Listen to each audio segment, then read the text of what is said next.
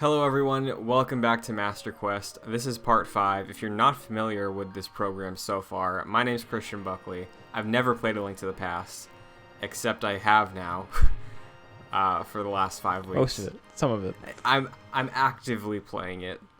Yeah. I'm righting my wrong under the guidance of my master DJ Gillard. Hey, how's it going? I'm doing pretty good, how are you?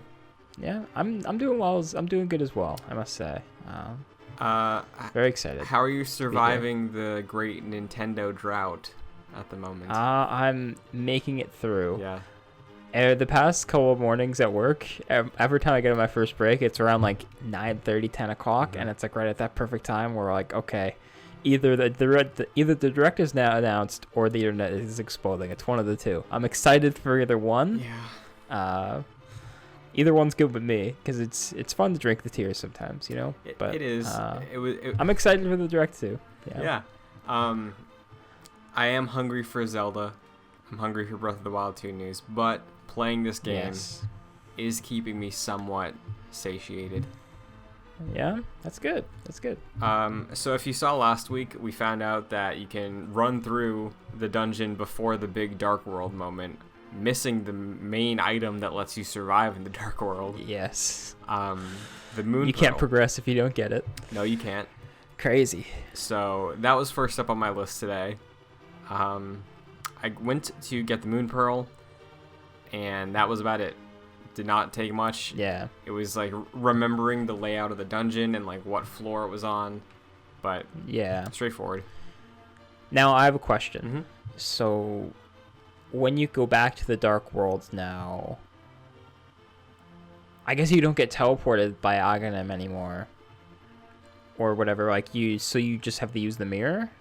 Is that how that worked for you then? So like to go back after I got the pearl. Yeah. So I was running back to Hyrule Castle. Mm-hmm. After I got the pearl, so I could like be in where Aghanim teleports me to.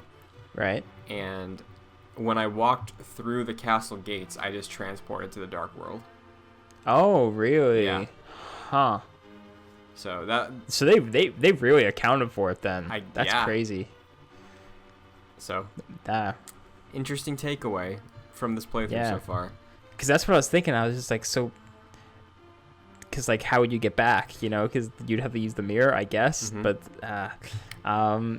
so does it give you a new text box, or does it just send you there and you're ready to go? It just sends me there. I'm back on that temple tower and head back down.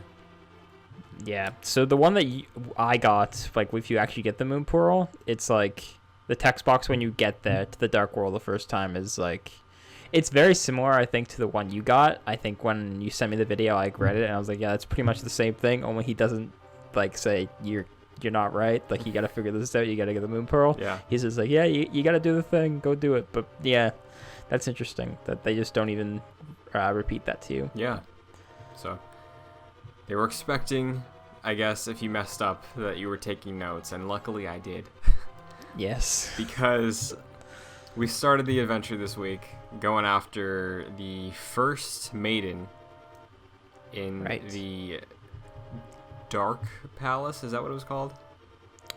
Yes, I think that's right. The Palace of Darkness, maybe? Maybe. It's something like that. It's in the vein. Yeah. We're in the ballpark for sure. Mm-hmm. First thing, I'm walking down these temple stairs, and they troll me again. There's another cracked wall that I can't bomb. Can't do it. Are we sure that there's no like upgraded explosion for these things? Maybe. I won't spoil how you blow it up, but you do blow it up.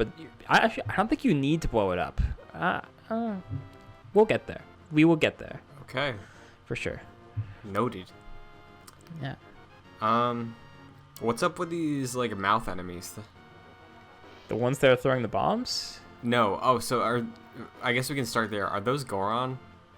No, they're not. I can't remember what they are called. I should have looked this up. Yeah, but I had the exact same reaction for the first time I was playing this game. I was like, is that a Goron? Yeah, because like what? That's like the only It's analog orange. I've seen. Yeah, and it's like an orange buff thing. So like you're just like, yeah, Goron, And I guess. it's throwing bombs. The Goron like bombs, right? Yeah, yeah. But I remember when I did look it up, it's not a Goron. But I will double check. Honestly, I bet it's just called a just to be Cyclops sure. or something. Yeah. But what I was referencing was the enemy that's like, it's just a mouth. Like if you took a mouth off of like a piranha plant, maybe, and gave it some hair and just put feet on it. Oh yeah, those things are weird. Yeah. And like encountering them, the new buff dudes, and I guess just the squigglies again. Yep. Dark World is like tough so far. Oh yeah, you do not want to be messing around there. So when I was playing it, I was kind of time pressed today, and I was like, I've done this before. So I was like, I got hit a couple times. I died a couple times to these like dumb enemies that are like, I should be beating. Like they're not that bad, and I was just like, I'm just rewinding. Like I need to get this done. Mm-hmm. But yeah, there is you can die pretty easily. Yeah, and I did several times. Yeah.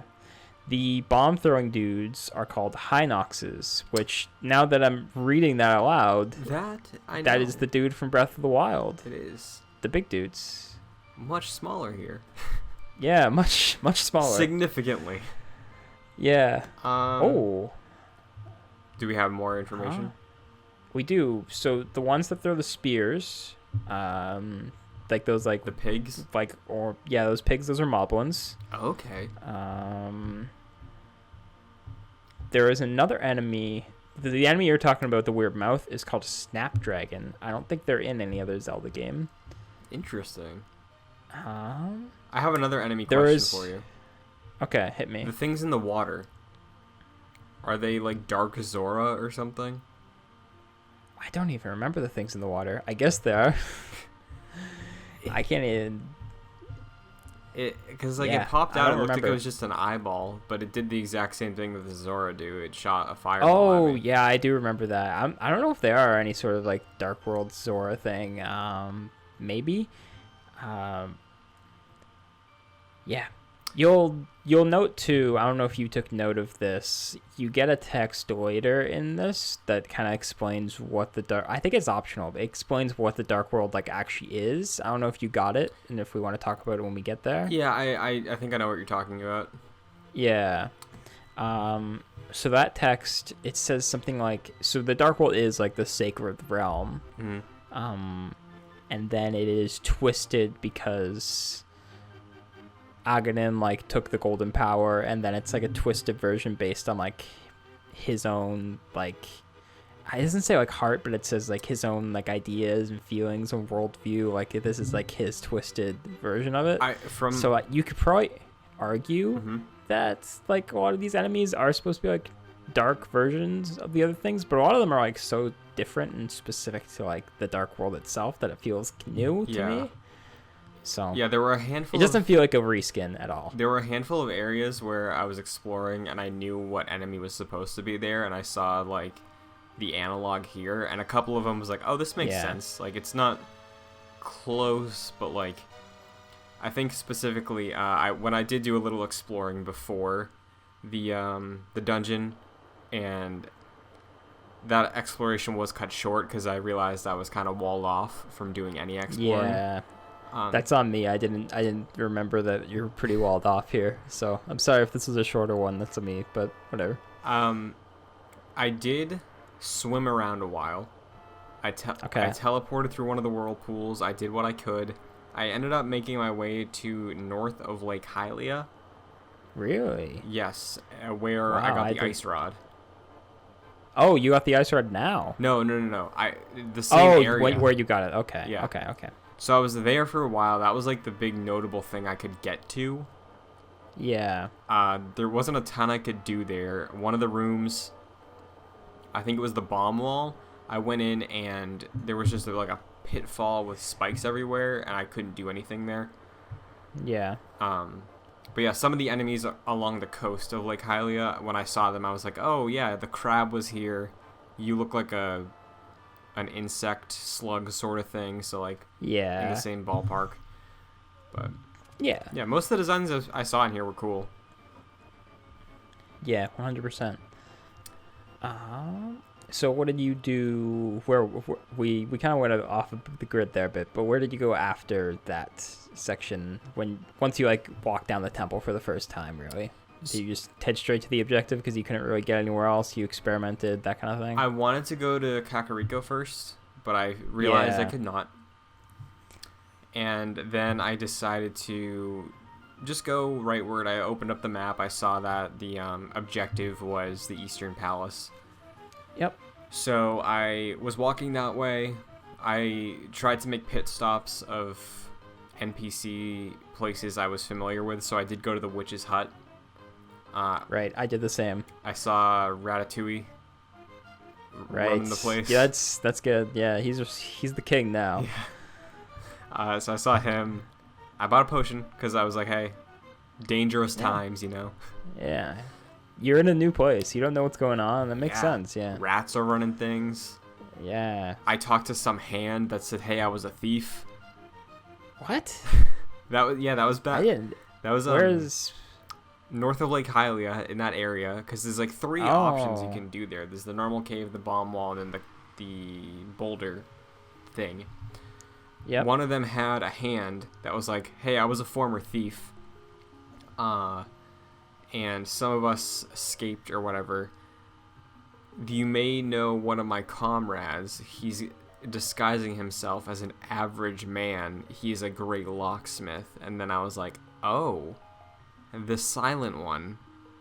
The old man, the middle-aged man, not to worry about. Yeah, he said, I think he called him like the average man or something. And I was like, oh, I know who you're talking about. Yeah. So maybe we'll get to that in a week or two. But yeah, maybe. It's noted. Of course. And yeah, it's noted for me as well. I got to make sure I do that because I think I've done it before, but I have not. I don't remember like what happens and like how you do it. So I got to do that one now because it's a very funny setup, for sure. Yeah, because like I figured there was still a missing piece to it all because I figure if I go over there now, he's still not gonna talk to me even though I know who he is. Like I'm sure there's another piece to it. Yeah, maybe. But yeah, pretty much looking through all these places, I realized that I'm pretty limited on where I can go at the moment. So, I did go towards the palace. Right. And I found Kiki. Our boy. Yeah, so... you probably talked to that dude that we were talking about before. We don't need to hit on that again, though. Yeah. But you find Kiki. Yeah, can you explain Kiki at all? Kiki, he's just a cool monkey. That's his whole thing. He wants some money. He's the only one that can switch these switches on top of the dungeon, so he's got to get paid for it. That just makes sense. Yeah. If you're good at something, never do it for free. It's what the Joker always taught me, so... So, I have a question, I guess. Okay. Because Kiki says he wants money, because I talked to this hand thing, and then in Sasha's hut, there was a thing that was like... it's just like a blob. Yeah, it looked like a little broccoli or like a tree or something, and he was like... Yeah. He also said he was a thief, and he said Ganon was the... something about a thief. But... Yeah. Are all the NPCs just like Ganon's followers? That like are just... In the Dark World, you mean? Yeah. When we get here? No. No? There are going to be other NPCs you're going to meet that are like not about what's happening. Well, I'm sure I took Ratatouille as being one of those. Yeah, he's just trying to make a dime. He's trying to make a living. He's trying to make a living here, selling potions and the base shields that you get to start the game anyway. Like he doesn't have a lot going for him, but he's making do. So you respect Ratatouille. I do. But yeah, I respect Ratatouille more than Kiki because when I saw Kiki, he followed me out of that little maze area, which I enjoyed making my way through that thing. That was neat. Yeah. And 10 rupees, you're like, it's not bad. Yeah, I was like, why not? Let's hang out with this monkey. Yeah. And so I finished the maze with him following me, and he was like, do you want me to open it? It's 100 rupees. I had like 300 in my wallet, but I was like, no. I can do this terrible myself. Deal. And he was like, all right, fine, bye. And then I tried, and then I just had to make my way back through the maze again and get him. So what probably cost you 110 rupees cost me 120. Oh, yeah. I actually, so every time I've played this game, I've just been like, yeah, of course I'll give this monkey the money. I assume this is what I need to do to complete this video game. Like, I guess I'm doing this. Yeah. But I was like, I don't think I've ever tried saying no. And I was like, I'm going to see what happens. Yeah. So I got the same text as you, him just being like, screw off, man. I'm out of here. Yeah. So I did end up paying, I actually put 130 because, no, I paid 120 because I said no the first time, but you don't have to pay extra the first time because you don't pay it all. Okay. So I did pay 120, but yeah. That was fun. Good For sprite. sure. Yeah, good sprite. I'll say that's a good one. Yeah. While we're on the sprite art, how are you feeling about like the Dark World now that we're here and like it's getting much more visually interesting? Okay. For sure. You know what I wanted to check out to get a good sense of what this, like the worth of this art design is here? What were you looking for? I really wanted to go to the Lost Woods. Yeah, I was thinking you were going to say that. Could not. Yeah. So we'll see how that shakes out later, but For sure. It's solid so far, you know, like everything's gray now. Yeah. And like dead. But I think the enemies here, some of them look like they're out of place, I think, like the slug thing I talked about before. Yeah. Kind of weird. Like some of the smaller enemies, I'm like, what are you doing here? But like, yeah, you're just fodder, really. Yeah. The Moblin though and the Hynoc, I liked both of them. I think they look good. Yeah. We could get into the dungeon because there's a sprite I like in the dungeon. Okay, hit me. Let's hop in there. I didn't know what they were supposed to be, but I did like them. Okay. I defined them as rat pigs super hot. Rat pig? What? Okay. Because I don't even know what I can't even figure out what you're talking about. There's two and rooms. I just played this a half hour ago. There's 2 rooms in this dungeon where you walk in, the doors lock. There's, I think one of them has 3 enemies, one has 2. Okay. And they only move when you do. Oh yeah. And they look like giant. These things are so cool. They have like the snout of pigs, but they can also look like rats from the side. These things are so cool. Yeah. I love how you have to take them out where you have to like shoot the bow and then move the other direction. Yeah. It's such a cool way to do it. So the red ones, which are the ones that can fire back at you if you like face them dead on. Yeah. My strategy for the longest time, so like playing through this dungeon, was let me look at them, shoot them, dodge, and then try to get them back. And I didn't realize. No, that's not how you want to do it. No, it's not really. Because I died like 3 times doing it that way. Yeah. I eventually found It's out. really satisfying to just shoot it to miss and then walk them into it. It feels really good. Yeah. So that's a cool mechanic. I like that about this dungeon. Yeah. On the surface level. Those are called Gorias. Goria. I don't know why. I don't know if they've been in other games. Red Goria and Green Goria.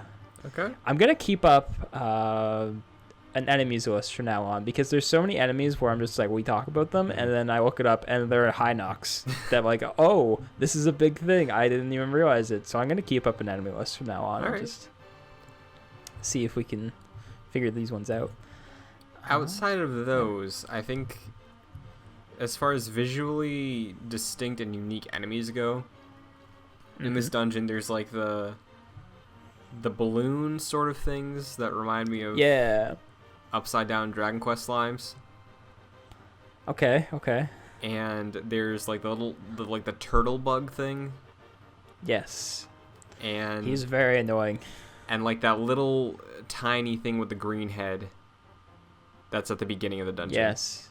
Yes, and you gotta throw the skulls at it. Yes. Skulls are now just pots, so I figured the same thing.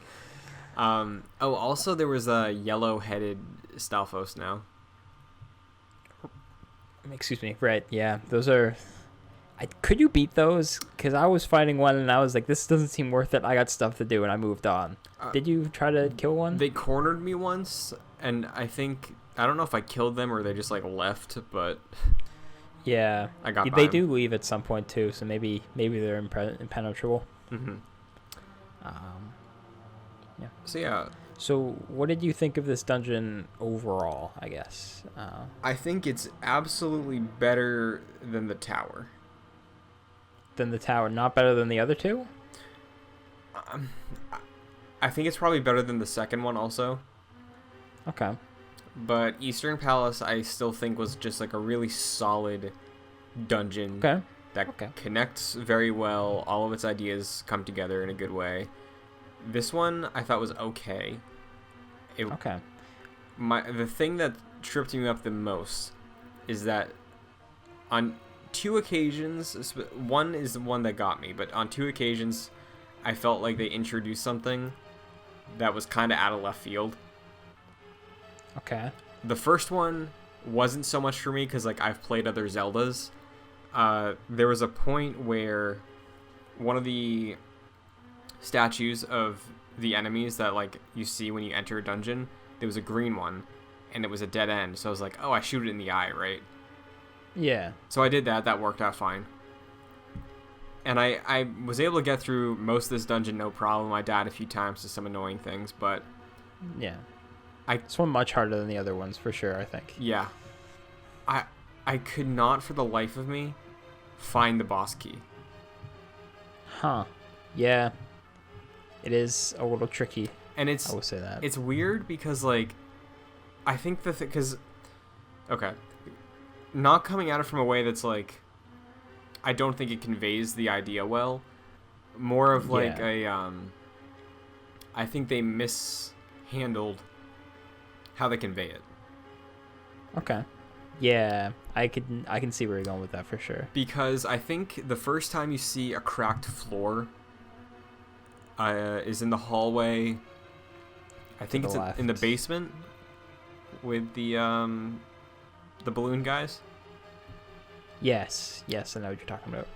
So that was like the first time I remembered seeing one in this dungeon. And then in front of it, on the wall, there's a crack in the wall, and then there's a crack on the floor. So I put a bomb there. I was like, okay, let's see what happens, because there's a crack in the wall. Maybe a secret passageway opens. Yeah. And the floor breaks. So I thought they were saying, like, we wanted you to do this so you could, like, thinking the wall would break, and then we show you that the floor breaks. So I understood that, like, planning behind that. Yeah. But I walked into the hole, and I just died. Really? Yeah. Oh, yeah. That's the one hole that it doesn't... Isn't that one on the basement, though? Yeah, that's the first one I ran into that you could bomb. Yeah. Or at least, like, that was telegraphing that you should bomb it. Yeah. So that's interesting because there is the other cracked floor on the first floor to the left of, like, the second room, like, straight ahead. Mm-hmm. So, like, in my head, I think, like...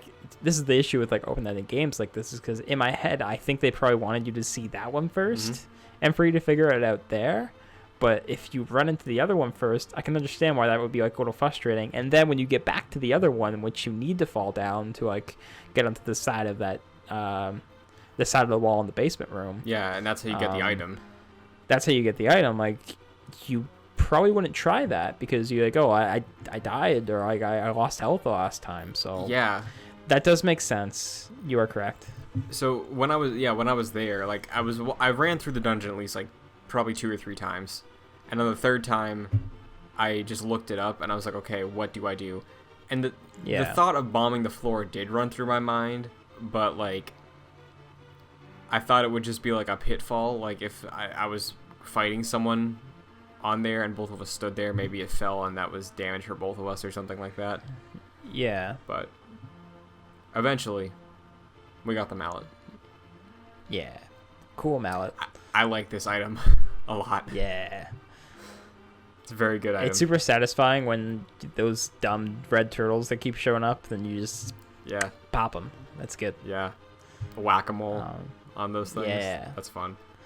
Yeah. So yeah, that's a cool item. I really like. That's like one of my favorites so far, I think, just because it also lets me smash, I guess, what would be pots with an item instead of lifting them. Yeah. Which was always a slight annoyance for me so far. Really? Okay. Yeah, because I mean, I'm used to... I've always just been picking them up, throwing them. Yeah. I never smash them. Yeah. It's just satisfying to like swing a sword at a pot though in a Zelda game. It is. You are right. And I imagine it's even more fun to just give it a good smash. Yeah. Yeah, that sounds fun. Doing I've it with never the hammer's tried it, nice. but yeah. This is like the item's like not that interesting combat wise, and the only time it's interesting is like when they introduce enemies that are necessary for it, like with the turtles I was talking about. But for the most part, it's just like used as gating, which is fine. Like it makes sense. It's a lot of games do that. A lot of games have items that are they're just gates, really, like, and they're keys to open those gates for you. Yeah. You know, like think about like the coolest items in like any other Metroidvania. When you really get down to what they are, it is a key to a door. Yeah. So, like, think about Batman Arkham Asylum. Yeah, Batman was running through my head the past like entire thing you were just saying. So like when you get the line launcher, it looks dope to line launch across like Batman. But when you think about it, it's just a key. It's not that exciting, really. Like it's not that mechanically interesting. Yeah. It's a lot of games do this. Like two places. Yeah, and like, and there's nothing wrong with that. You know, like no. it's a cool design for sure. But it is useful though to fight this boss. Right. And before we get into the boss, I do want to talk about when I got really lost. Oh, sure, yeah. Yeah, give context to this. We were planning to start at 6, and then I texted you probably like 6 or 5:30, and I was like, "Hey, I'm eating dinner, and I'm kind of lost right now, so I'm gonna get back to it. I might be 6:15." And I was like, "All right, 6:20." And I was like, "All right, I'll just tell you when, because I'm really lost right now. I have no idea what I'm doing." So the one thing I got stuck on was this is actually a cool puzzle that they put in here. You know the chest. You know the main room, the central room where the blobs are, like the red and blue blobs, and there's like where you can jump down at certain points. Yes. That room.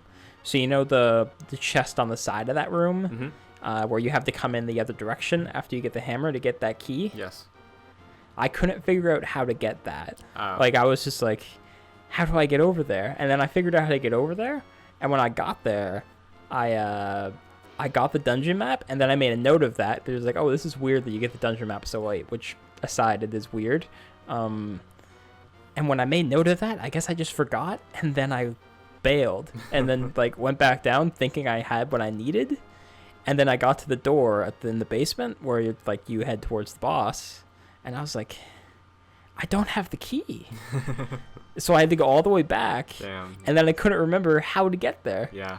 And I was like, how do I know what to do. This is really frustrating. And I eventually got there. And I liked too how you can bomb that wall early. It gives you the sign. It's like, oh, there's a chest there. And you can actually see the crack in the wall. And you can pick up the bomb and throw it over. I don't know if you did that. Yeah, it's funny you say that because I got the map, I think, pretty early. And Really? Yeah, because I got to that room with the map chest. I think that was like the first item I got. Huh. Wow. We did this dungeon like completely different segments then. Because that was like the last thing I did. And I was like, it's very strange that they give you the map last as soon as I'm on my way to the boss. Yeah, I'm pretty sure that's what I did because this was after I had my little run-in with the bombing the wall, then bombing the floor thing. Yeah. So when I got to that room and I saw a cracked wall on both sides of the chest, I was like, they won't get me again, and I left. Yeah. So I didn't get that key that you're talking about until like my second or third time through that dungeon. Huh, yeah. So. That makes sense.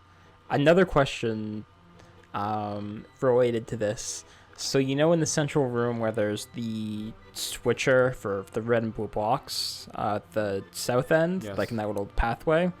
So for years now, and I think I've been messing up for years now, I thought I had to throw a bomb across that in order to switch it. And then like I always was caught up in doing that because then you can just go on, like you can just go on immediately from that room. But then as I was playing it, I was like, I can just bow and arrow that and then run around, right? That's what I did. And then I tried it, I was like, yeah, that works. Have I been doing that the most complicated way possible for years and didn't realize it? I guess I have been, because I don't know if you tried throwing the bomb across, but you have to be pixel perfect. And then you have to immediately dash to get across the blue block. And then when you step on the other side, the red's open on the other way. But it's like you have to time it perfectly. And I don't know why I've always done that. I was going to ask you like if you did that at all, because I realized this on my like 6th time playing this game. And I was like, you don't need to do that. That was way harder than it needs to be. That's super interesting because so far, with every other Switch dungeon so far, I've either used the boomerang or the bow.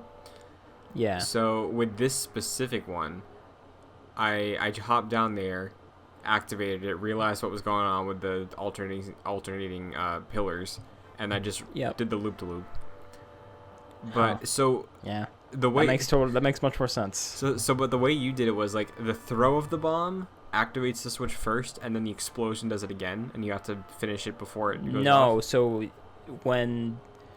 So if you want to get to the north side of the room, like you want to pass through the red, you have to enter the room with the red on, or the red up, and then you throw the bomb across, and then it takes a couple seconds to explode, and then in those couple seconds, you have to run, and then you make it across the blue into like the middle section, and then it explodes, and then you go upwards. I gotcha.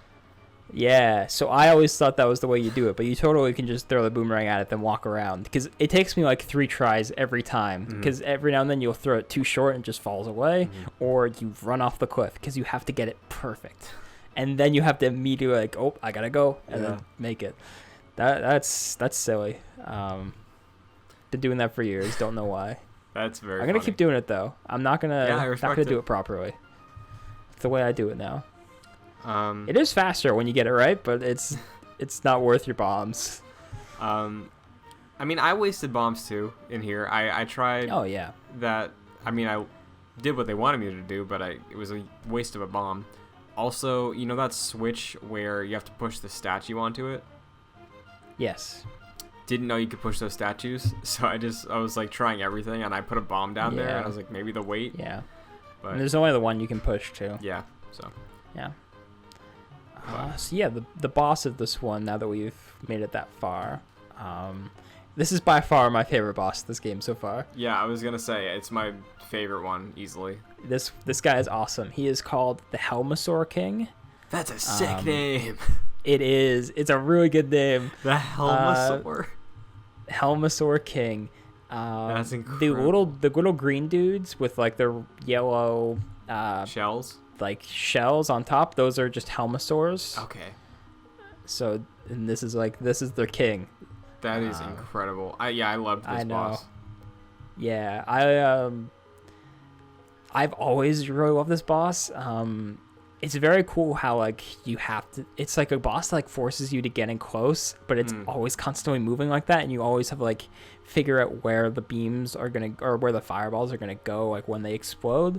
Like it creates this really interesting dynamic where, you always have to be aware where you are in relative to the boss, and I think it's much different than a lot of the other bosses so far, where it's been like stand on the south side of the room and shoot your bow and arrow. Yeah. You know, and like some of that stuff's like not as interesting. And then like when we talked about last week, like with Troll Dorm, like it's basically just swing your sword at it. This is one where like it combines both use the item you got in this dungeon, be very, very spatially aware, and then there's the second phase. Like it splits up into like 2 really distinct phases. So I think this boss is triumphant, honestly. Yeah, I really, really liked it a lot. I did walk in with 3 bottled fairies. Yep. And I did save Scum the second phase. So like after I reached the second phase, I was like, okay, I'm just gonna create a suspend point here. Yeah. But I respect the challenge of it because I think like the first phase I think is cool because it has, like you said, the different elements that you have to always keep in mind. But when you are up close, you have to be really fast with the hammer. And like I felt like it wasn't connecting all the time because it just moves so fast. So like I had to be spot on. Yeah. And because of that, that's why I wanted to just save once I finished that phase, because it was an intense fight. Yeah, and I really like too when you're hitting it with the hammer, like it starts to break off. Yeah, like so that's, cool. That's a really cool. And then when it does break off, it has like a full-on animation, which I was like, it doesn't like it just like, oh, you broke everything, or oh, it just kind of fell, like it explodes. And I was like, yeah.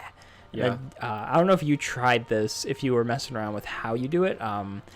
If you can hit him with your bow here on the little green dot on his head, that is like 3 more times effective than your sword. But it's very hard to make the shot. Interesting. Yeah, that was a trick I knew, and I was like, I'm gonna do it I'm gonna try to challenge myself and just use the bow here. It's actually probably harder. You should probably just use the sword, because it's much easier to get on close with him. Like making the shot while he's moving back and forth is rough. But it is cool to use the bow here. It's a cool little touch they added. For the second phase, there was a point where I was able to res with one of my fairies, so I tried using the Master Sword magic.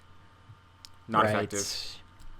But, oh, really? Yeah, it didn't do anything. I had to just do physical contact. Didn't know. Wow. So, but yeah, really great boss fight.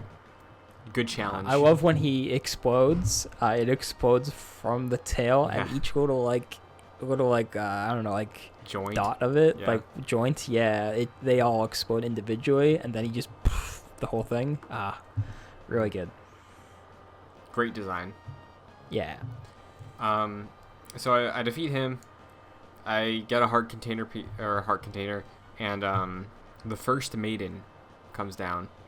Yes. Gives me a little bit of lore.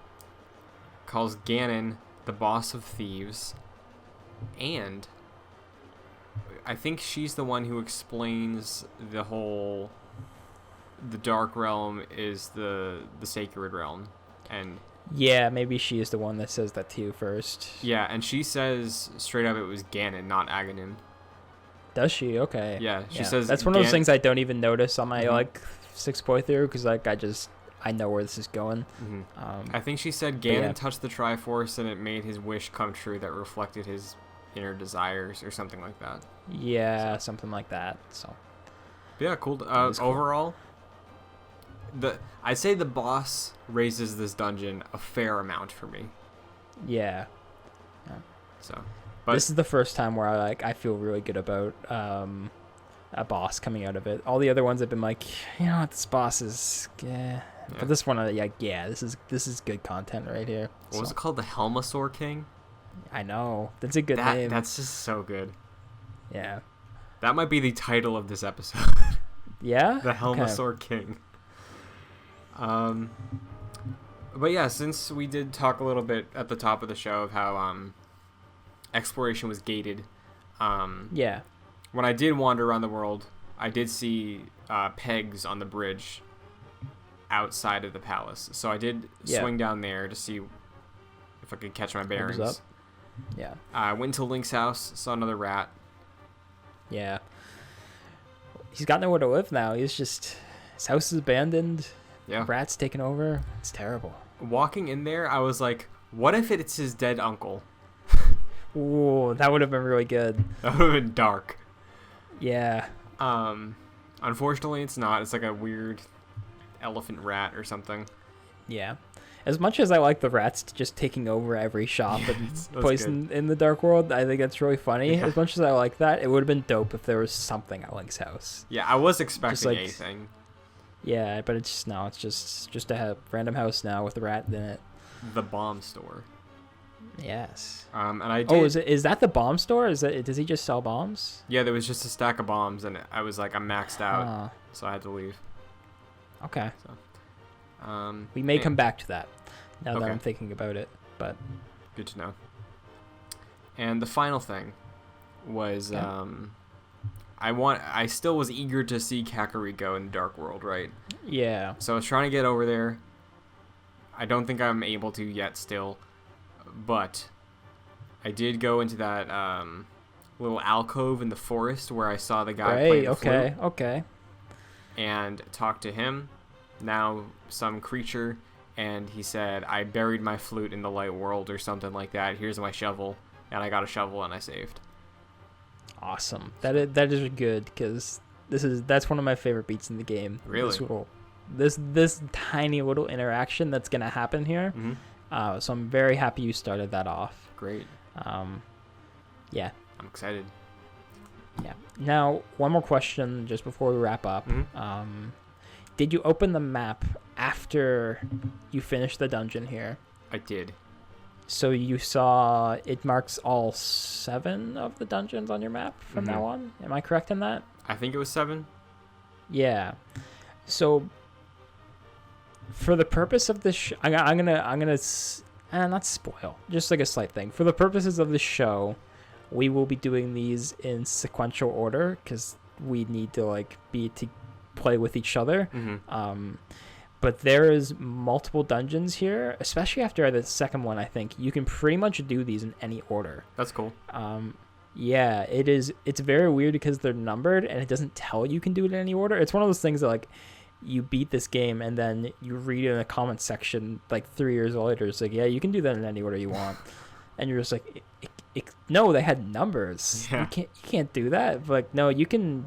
I think after the second one here, you can do like one of 2 after that one, and then after that, I think you can do anything you want. That's cool. In any order. So it is strange. And people say that we never had an open world Zelda. I know. So we're doing number 2 next week? Yeah, well, for the purpose of like us being together, I think Yeah. we should just do the numbers 1, 2, 3, 4, 5, 6, 7. But You know best. I trust your judgment, and I'm happy to do whatever. So Dungeon 2 next week.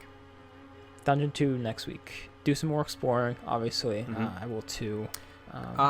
Should I go anywhere specific in the light world with my hammer now? Because I can remember places. Yeah, you should. If you want to check those places out that you can remember, you should. Okay. You should mess around too with using the magic mirror to like switch back and forth now that you can. Because there's definitely some puzzles and some stuff you can kind of solve by switching. Going somewhere in the dark world, then you switch back and like, oh, you're on a place you couldn't get to now. Like there's stuff like that. So you should be. As you're exploring, I think you'll like see like, oh, this looks weird, and then you'll figure that stuff out. So that'll be fun for sure. Well, I'm excited to check it out. Yeah. So DJ, if listeners would like to find you online, what you're doing, what you're tweeting, where can they find you? They can find me at DJ_Gillard. You can listen to my Star Wars podcast, Cantina Conversations, on any podcast service of your choice. Yeah. You guys did something cool this week, didn't you? Yes, we did. I had to think about it for a second, but we recorded it literally yesterday. We were reading Splinter of the Mind's Eye, a Star Wars comic that was released before Empire Strikes Back, so it's really the true sequel to A New Hope. There's a bunch of like weird illegal and creative stuff that happens here. I don't need to dig into that right now. But yeah, it's a really cool book. Everyone should check it out. For sure. If you want to follow me anywhere, you can follow me on Twitter and Instagram at ChrisNBuckley. If you're watching us on video format, saw this gameplay, you're on youtube.com/joyclicks, where if you're not listening to the audio version and you do want to listen to the audio version, you can find it in the description. Spotify, Apple Podcasts, we're available on all those. You can rate us on Apple Podcasts and review us. So if you enjoy the show and you feel like leaving some kind words on here, Discord, or Reddit, feel free, because I'm happy for the people following along. Thank you. There's some only kind words though. Only. You get one bad word, no other context. Yeah. Immediately blocked. So. But DJ, thank you once again. I'm very much enjoying playing this game this way, and I'm excited. It's been a treat. Yes, I'm excited for more. So. Until next week, they finally said it in the game. Yeah, they did. I had a different outro planned, but I'll say, may the way the hero lead to the Triforce, for sure. Okay. Are we saving the outro for next week? It doesn't work now, because I thought of it mid-show. I'm sorry. I was going to say, all hail the Helmasaur King. But, that's it, man. Yeah, that's it? That's okay. it. All hail the Helmasaur King. See you next week.